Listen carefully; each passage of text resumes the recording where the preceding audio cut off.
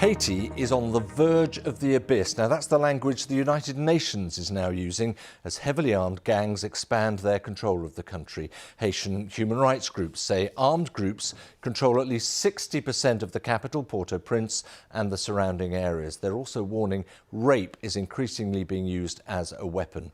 Well, in the first 6 months of this year, the UN has documented this: 934 killings in the capital, 680 kidnappings. Most of the victims were not directly involved in gangs. They were directly targeted by armed groups. The violence has escalated since the assassination of the country's sitting president, Jovenel Moïse. That was in July of 2021. And that's a crime for which no one has yet been put on trial in Haiti. Our senior international correspondent, Orla Guerin, sent this special report from the Haitian capital. I should warn you, her report contains some distressing material. This is gang territory in Port-au-Prince, almost as far as the eye can see.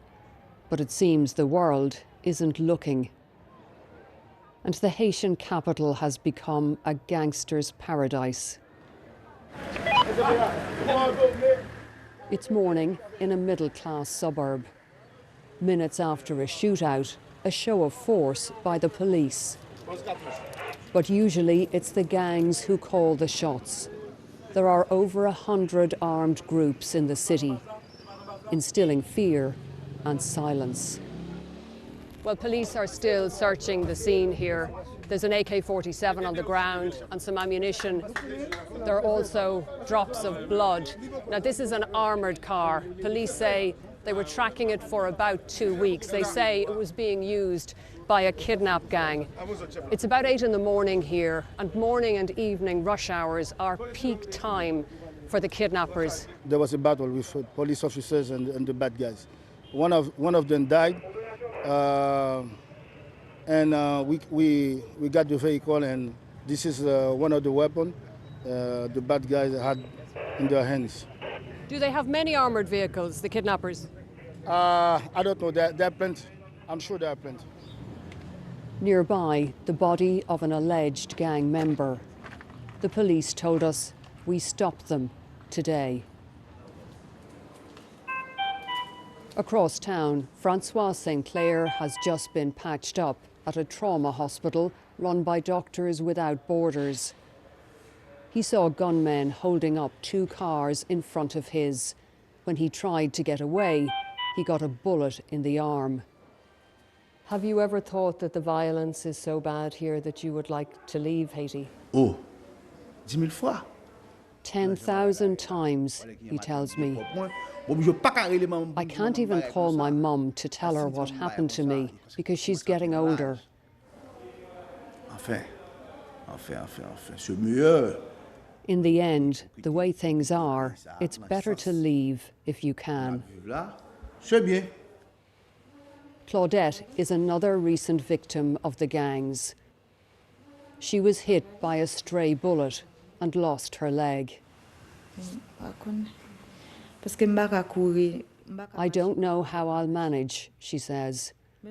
I can't run and walk the way I used to. She worries she will never marry now. Gang warfare often erupts here in broad daylight. Why not? Gunmen are in league with corrupt politicians and have some police on the payroll. That's according to human rights campaigners who say the gangs of Port-au-Prince have no limits. There are many here with stories that are harrowing to tell and to hear, like this man. His neighbourhood is controlled by a gang whose rivals came on a killing spree. For his safety, we are not naming the area or the armed group involved. I was in the house and I was so scared, I was shaking. I didn't know what to do. They mostly kill young men.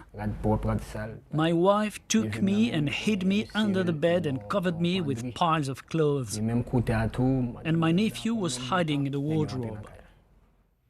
Soon the gunmen were in his house. When his nephew ran from his hiding place, they chased him and killed him. What hurts me the most is that when I was under the bed, I couldn't see, but I could hear the men raping my wife. They were raping her, and I was under the bed, and I could say nothing.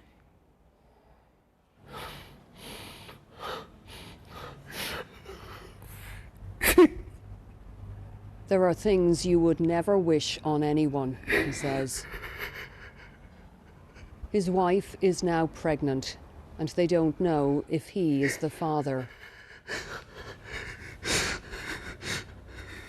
He tells us Haiti has been erased from their hearts.